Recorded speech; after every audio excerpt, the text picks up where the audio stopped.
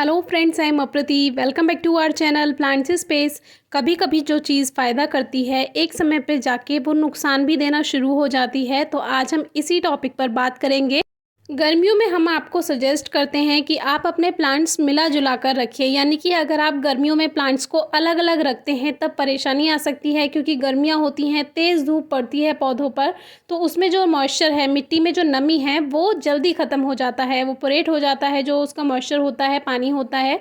लेकिन वही अगर आप सभी प्लांट्स को एक साथ मिलजुल कर रखेंगे तो यही गर्मी को कम करेगा और जो मिट्टी में नमी है वो भी कम और धीरे एवोपोरेट होगी। तो इस बात का हम ध्यान रखने के लिए आपसे गर्मी में कहते हैं, लेकिन यही नुकसानदायक हो सकता है बारिश के मौसम में। अब ये एक पोर्शन हम आपसे शेयर कर रहे हैं जिसमें काफ़ी सारे प्लांट्स एक साथ रखे हुए हैं। कुछ डेकोरेटिव वे में हमने रखे हुए थे पॉट्स को एकदम से लाइन से लगाकर, और इसमें अलामांडा है। देखिए अलामांडा पर कितनी अच्छी ग्रोथ है, कलियां आ रही हैं, हर इसकी ब्रांच पे कलियां हैं। इसके बारे में पहले हमने वीडियो शेयर की हुई है, आप चेक कर सकते हैं डिस्क्रिप्शन बॉक्स में।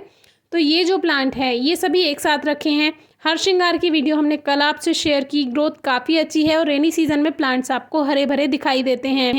और कल इस पे कुछ फूल भी खिले हुए थे, जो कि टिप्स काफ़ी इंपॉर्टेंट हैं, आप ज़रूर चेक कीजिएगा। इसी के साइड में रखा हुआ है ये मधुकामिनी का प्लांट, जिस पे कलियां आ रही हैं, लेकिन अगर हमने अभी इस पे ध्यान नहीं दिया तो इसकी कलियां कुछ ही दिनों में कुछ फूल खिलकर और ये रुक जाएगा और फिर प्लांट पे फ्लावरिंग नहीं होगी।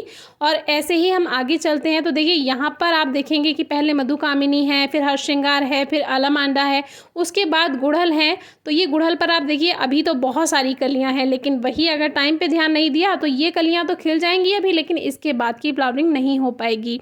फिर इसके बराबर में एक रैबिटियर प्लांट है और उसके बराबर में एक ये जूही का प्लांट है, जो कि जैस्मिन ऑरिकुलेटम है। इसकी फ्लावरिंग तो लगभग मई से चल रही है, तो अब तो इसका टाइम लगभग पूरा होने में ही आया है। थोड़ा और रेस्ट करने के बाद थोड़ी फ्लावरिंग और कर देगा प्लांट और फिर सर्दियाँ आने पर फ्लावरिंग रुक जाएगी।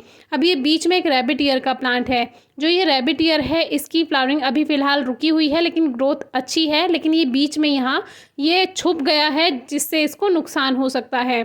अब ये नुकसान फ्लावरिंग का तो होगा ही, लेकिन शेप, जो प्लांट की शेप है वो भी बिगड़ सकती है। प्लांट एक ही तरफ को ग्रोथ करता चला जाएगा, क्योंकि जब धूप प्रॉपर नहीं मिल पाएगी तो प्लांट उधर ही को, जिधर उसको सूरज की रोशनी मिलेगी वो वहीं से ग्रोथ करेगा, तो इसका जो शेप है वो बिगड़ सकता है। अब ये वाला जो गुड़हल है, गुच्छे वाला गुड़हल, इस पर काफ़ी सारी कलियाँ आई हुई हैं अभी, लेकिन वही अगर हमने ध्यान नहीं दिया तो ये वाले फूल खिलने के बाद उसके बाद कोई फ्लावरिंग नहीं होगी, जबकि अभी सितंबर अक्टूबर तक इसकी फ्लावरिंग का टाइम है।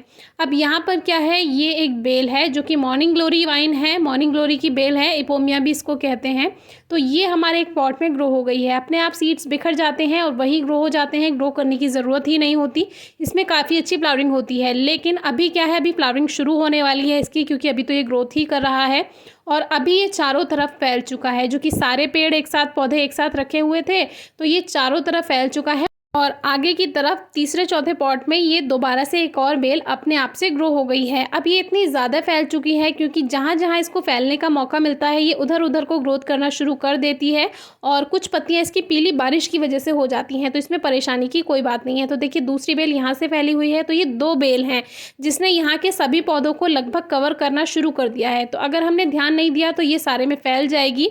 और देखिए यहाँ पर जेट्रोफा में भी फ्लावरिंग हो रही है, सुबह को इसके फूल खिलते हैं, शाम तक ये थोड़े झड़ जाते हैं, कुछ बच भी जाते हैं।